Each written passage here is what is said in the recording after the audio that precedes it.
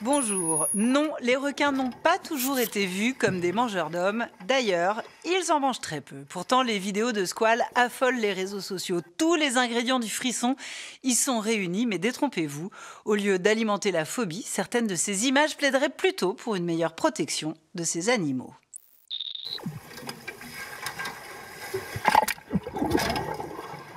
La vidéo dure 14 secondes. Un requin percute une cage où se trouvent des plongeurs avant de s'éloigner. Une rencontre entre l'homme et l'animal filmée par 2 caméras. Retour au début. Un requin blanc long de 5 à 6 mètres apparaît. À gauche, un plongeur est en train de filmer l'animal depuis une cage. Le squale fonce la gueule grande ouverte vers un appât à base de thon qui sert à l'attirer vers les plongeurs. L'appât est alors retiré subitement et le requin, désorienté, vient se coincer le museau dans une seconde cage en métal, d'où est tournée la vidéo. À la 5e seconde, c'est une deuxième caméra, située juste à côté de la première, qui filme la scène.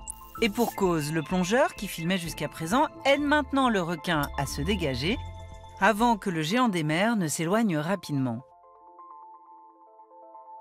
Cette vidéo a été tournée aux environs de l'île de Guadeloupe, à 250 km au large des côtes mexicaines.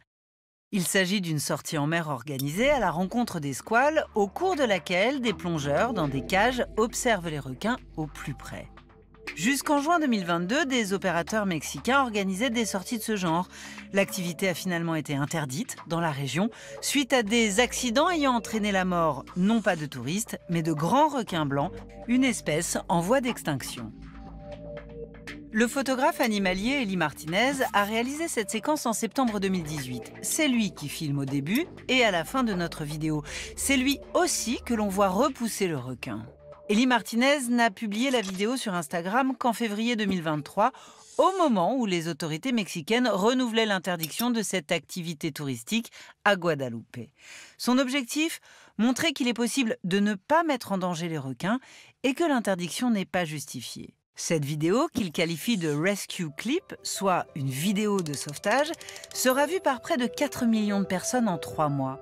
Sur Instagram, le petit film d'Elie Martinez rejoint des centaines de milliers d'autres dédiés aux requins.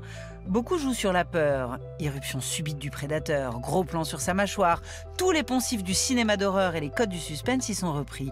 Certaines vidéos s'interrompent sans que l'on sache même ce qui arrivera aux plongeurs, place au fantasme. Pourtant, parmi les images disponibles sur Instagram ou sur TikTok, de plus en plus de séquences entendent contrer cette représentation cauchemardesque. Des influenceurs spécialisés dans les requins se filment à leur côté, les touchent et appellent dans leur post à une meilleure protection de l'animal. Une démarche revendiquée par Elie Martinez. Elie Martinez est un photographe animalier américain. Il s'intéresse aux requins depuis 2003. Habitué du site de Guadeloupe, il nous raconte comment s'est déroulée cette rencontre mémorable. Ce requin blanc est sorti des profondeurs pour essayer d'attraper l'appât avant que l'un des responsables ne le retire. Quand il a retiré l'appât, le requin a continué à nager vers l'avant et comme vous le voyez, il s'est coincé le nez dans la cage. Je l'ai donc aidé à se dégager parce que les requins ne peuvent nager que vers l'avant. Ils ne peuvent pas nager à reculons. Quand le requin s'est retrouvé coincé, j'ai arrêté de filmer. Heureusement, mon ami Jeff Carter était juste derrière moi et sa GoPro fonctionnait. Il a pu prendre ces images de moi en train de pousser l'animal vers l'extérieur et lui permettre de reprendre sa nage. C'est au moment où le requin est parti que j'ai réalisé ce que je venais de faire. C'est alors que l'excitation, l'adrénaline et tout le reste se sont fait sentir. L'appareil que j'ai utilisé ce jour-là était un Canon 5D Mark IV avec un objectif Fisheye Canon 8-15 et il se trouvait à l'intérieur d'un boîtier étanche. Pour l'objectif, je privilégie toujours le fisheye. Quand je photographie des animaux sous l'eau, il n'y a pas de sol. Et cela aide vraiment à donner une certaine perspective aux animaux et à leur donner un aspect vraiment créatif que j'ai toujours apprécié.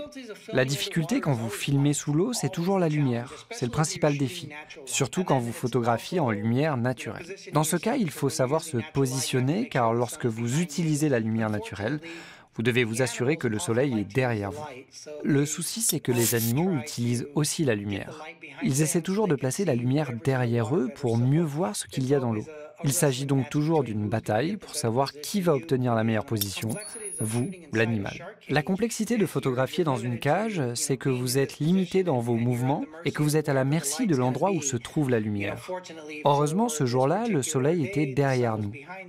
Tout était magnifiquement illuminé. Comme nous étions juste en dessous de la surface, il restait un peu de lumière et beaucoup de couleurs, car généralement, dans les profondeurs, le bleu de l'océan a tendance à estomper beaucoup de couleurs, et notamment le rouge. Lorsque je prends des photos d'un requin, ce que j'essaie de capturer avant tout, c'est la beauté de l'animal. J'essaie de ne pas prendre beaucoup de photos du type prédateur féroce. Il existe vraiment une énorme communauté autour de la plongée avec les requins et les amateurs de requins sur Instagram.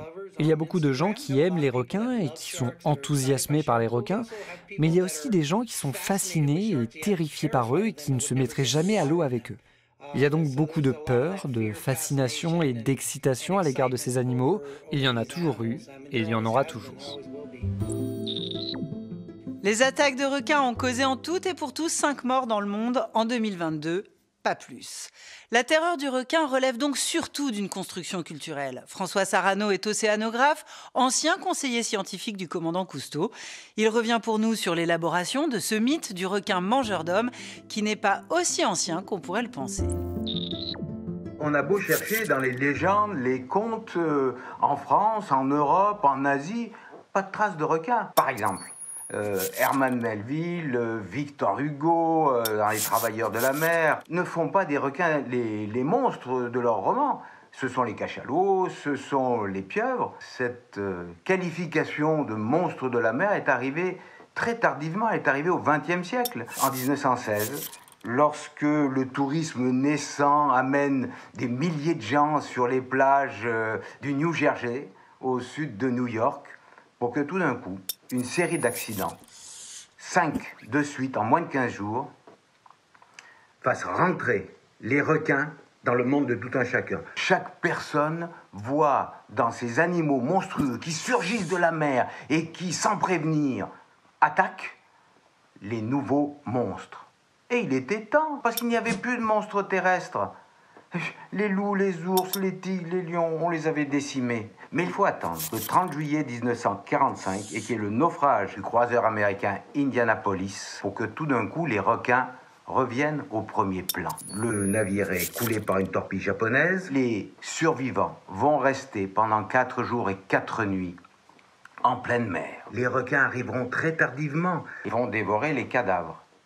Mais la traduction dans les médias, on met l'accent sur les requins. On en oublie même la guerre et la torpille japonaise. Et puis c'est le moment où on commence à découvrir le monde marin.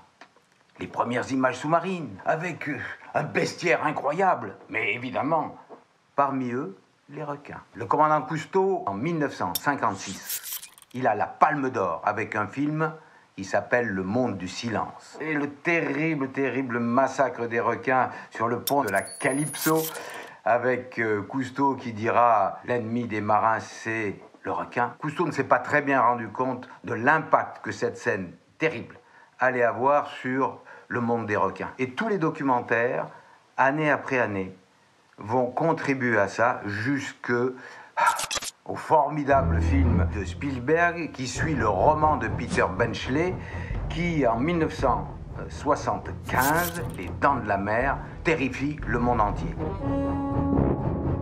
Nombreuses sont les personnes qui, ayant vu Les Dents de la Mer, eh bien, ont peur des requins. Et pourtant, ils n'en ont jamais vu. Depuis Les Dents de la Mer, les films de fiction, eux, n'ont pas changé de registre, hein, ils sont toujours sur les mêmes artifices. Les influenceurs, je pense qu'ils contribuent vraiment à donner une image plus positive des requins et à désamorcer la peur des requins. Mais je suis mitigé parce que très souvent, la plupart de ces influenceurs, et Océane Ramsay en particulier, posent la main sur le requin. Et là, tout d'un coup, pour moi, le charme est rompu. Poser la main sur quelqu'un, c'est s'attribuer ce quelqu'un, c'est le transformer en jouet. Le requin, il est formidable parce qu'il est sauvage, parce qu'il nous échappe. Et s'il y a des influenceurs qui ont des millions de vues, il y a Baby Shark, qui a des milliards de vues. C'est une petite chanson apparemment anodine qui parle des requins.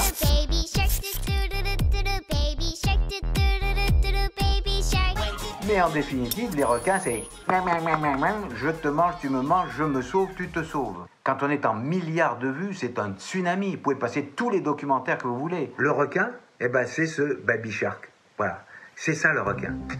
Et j'ai bien peur que dans un monde de plus en plus citadin, virtuel, le vivant soit effacé au profit de ces représentations.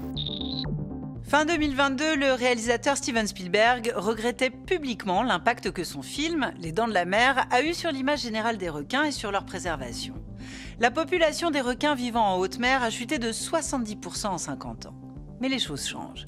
Ces dernières années, les images sanglantes de pêche aux requins, convoitées pour leurs ailerons, ont ému une partie de l'opinion publique. En novembre 2022, 50 nouvelles espèces de requins ont été inscrites dans la liste des animaux dont le commerce mondial est contrôlé.